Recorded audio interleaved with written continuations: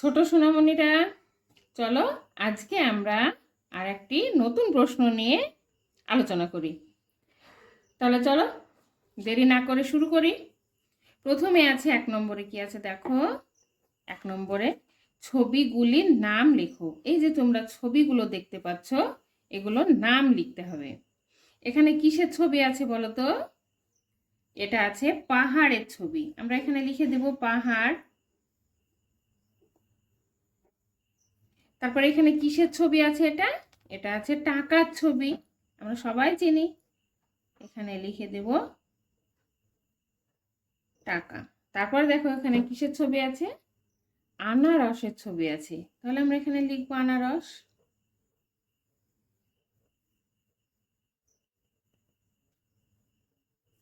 তারপরে দেখো এখানে কি আছে? জানালা। এই যে জানালা, এবার এখানে আমরা লিখবো জানালা।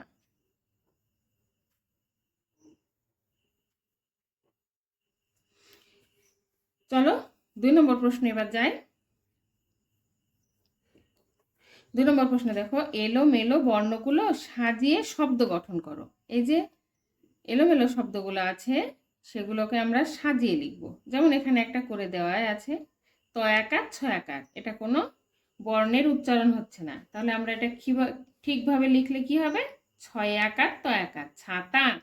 সেরকম এখানে আছে দেখো দ একার দন্তের স একার, এটাও উচ্চারণ বর্ণের উচ্চারণ সঠিকভাবে হচ্ছে না, তাহলে আমরা সঠিকভাবে লিখলে কি হবে?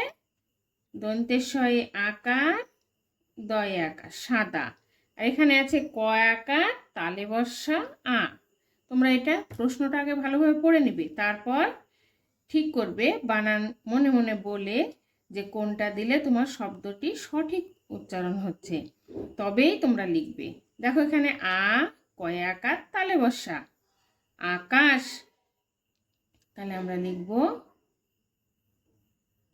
আ, কয় আকার, তালে বর্ষা, আকাশ। তারপরে এখানে দেখো ত আকার, প কয় আকার আছে, আমরা তাহলে বানানটা কিভাবে ঠিকটা করি?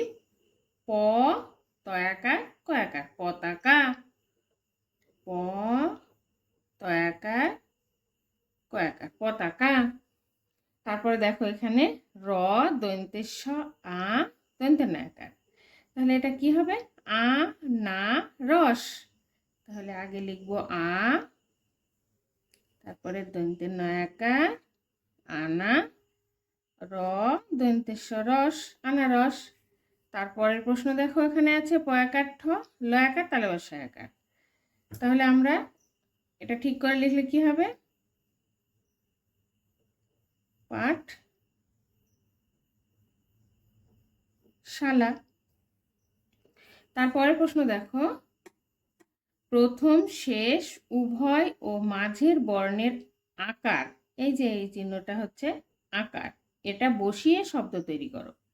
তাহলে প্রথমে আছে দেখো গ ছ, এটা এখানে করে দেওয়া আছে, গয়ে আকার দিলাম আর ছ দিলাম, তবেই কি হলো?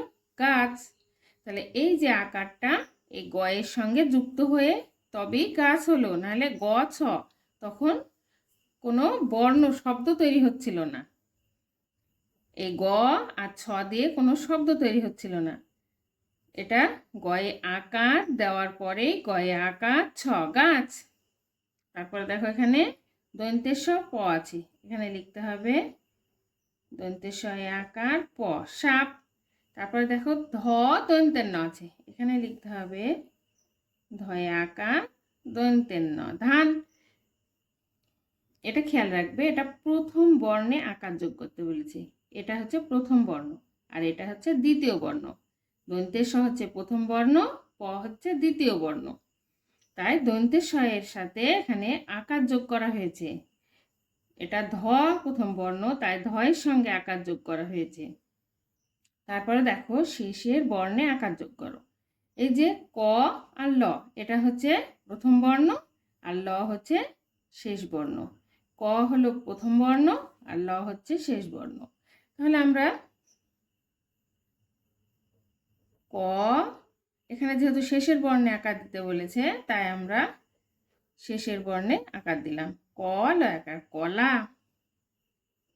ম তালে বসা আকার মশা, বর্গীর জ বয়াকার জবা। তারপরে দেখো এখানে উভয় বর্ণে আকার যোগ করতে হবে। এখানে প্রথমটায় করা হলো, এখানে শেষেরটায় করা হলো, আর এখানে দুটোতেই আকার যোগ করতে বলছে। তাহলে কয়াকার দয়াকার, কয়াকারে কা দয়াকারে দা কাদা, ময়াকারে মা লয়াকারে লা মালা, রয়াকারে রা বর্গীর জয়াকারে যা রাজা। তারপরে দেখো এখানে মাঝের বর্ণে আকার দিতে বলেছে। তাহলে এখানে কি আছে? বর্গীর জয় আকার, দন্তের নয় আকার, লয় আকার। জানালা, এই যে মাঝের বর্ণটায় আকার দেওয়া ছিল না, ওটাই দিলাম। তারপরে দেখো দন্তের নয় আকার, ময় আকার, বর্গীর জ নামাজ। তারপরে বর্ণে আছে দেখো জাকাত, অন্তর্জয় আকার, কয় আকার ত জাকাত। তারপরে দেখো খালি ঘরে বর্ণ বসিয়ে শব্দ গঠন করো। এই যে খালি ঘর আছে, এই ঘরে আমরা বর্ণ বসাবো, তারপরে সেই বর্ণ বসার পর একটা শব্দ তৈরি হবে।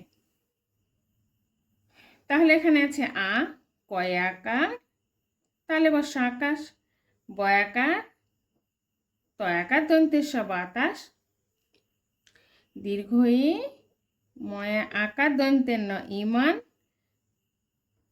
দন্তের সয়াকার, লয়াকার মশালাম। এখানে হচ্ছে বয়াকার, তয়াকার দন্তের সব বাতাস, দন্তেনায়াকার, ময়াকার বর্গীর জ নামাজ। তারপর দেখো শব্দ গঠন করো। এখানে কিছু বর্ণ দেওয়া আছে, এখানে একটি বর্ণ দেওয়া আছে, এই বর্ণ আর এই বর্ণ মিলে একটি শব্দ তৈরি করতে হবে। দেখো এখানে কয়াকার কয়াকার, কাকা একটি করে দেওয়া আছে। তারপরে চয়াকার কয়াকার, কি হবে? চাকা। কয়াকার কয়াকার, পাকা। তারপরে আছে ঢয়াকার কয়াকার, ঢাকা। তারপর 6 নম্বর প্রশ্নে দেখো সঠিক শব্দ বসিয়ে ফাঁকা ঘর পূরণ করো। এই যে ফাঁকা জায়গা আছে, এখানে সঠিক যে বর্ণটা দিলে আমাদের এই উচ্চারণটা সঠিক আসবে সেটাই দিতে হবে। তাহলে দেখো ওসমান একজন কি সাহাবা।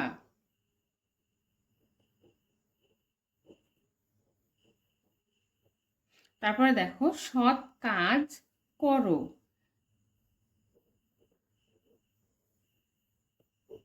তারপরে হালাল খাবার খাও, হালাল খাবার খাও। টাকা জাকাত দাও।